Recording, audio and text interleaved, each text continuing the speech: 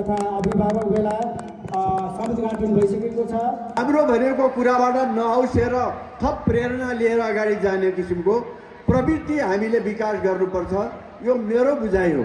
त्यसकारण यसको लागि हामी सबै प्रयत्नशील रहौँ। बच्चाहरूले त्यो राम्रो पढाइमा मात्रै उत्कृष्ट नभएर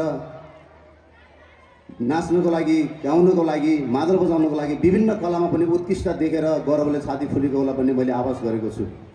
सामुदायिक स्कुललाई हेर्ने जुन दृष्टिकोण छ त्यो दृष्टिकोणलाई चिर्नका लागि यहाँका व्यवस्थापकज्यू, पूर्व अध्यक्षज्यूहरूको टिम जसरी लागेको छ, यहाँ सबैलाई सम्मान व्यक्त गर्न। सालमा सहभागी जम्मा 254 जनामा 224 जना विद्यार्थीहरू उत्तीर्ण भएको र 2.89 जिपिए औसत जिपिए प्राप्त गरेका थिए।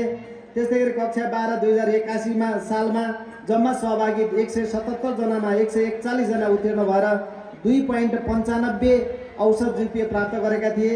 सूचना प्रविधि डिप्लोमा 2082 मा 35 जना सहभागी भएकोमा 31 जना प्रथम श्रेणीमा उत्तीर्ण भएर 89% विद्यार्थीहरू उत्तीर्ण भएका थिए। जियोमेट्रिक्स डिप्लोमा विषयमा 2082 को 41 जनामा 49 यो गर्वको कुरा रहेको छ। र यसै गरी एउटा शिक्षा दिने ठाउँ एउटा रेड क्रसको तालिममा गएको थियो। त्यो कार्यक्रममा जाँदाखेरि चाहिँ मलाई त्यहाँ कयौँ विद्यार्थीहरूले मैले जब महाविद्युत सुपर सेन्टरको नाम रोशन गरेँ त्यहाँ गएर मैले आफ्नो केही अनुभव सिकेका कुराहरू सिकाएँ। त्यहाँ चाहिँ एउटा विद्यार्थीले आफूले म जस्तै गरेर एउटा मन्तव्य भन्दाखेरि उसले चाहिँ के भन्यो भन्दाखेरि दिदी मलाई पनि हजुर जस्तै महाविद्युत सुपर सेन्टरमा एउटा विद्यार्थी हुनमा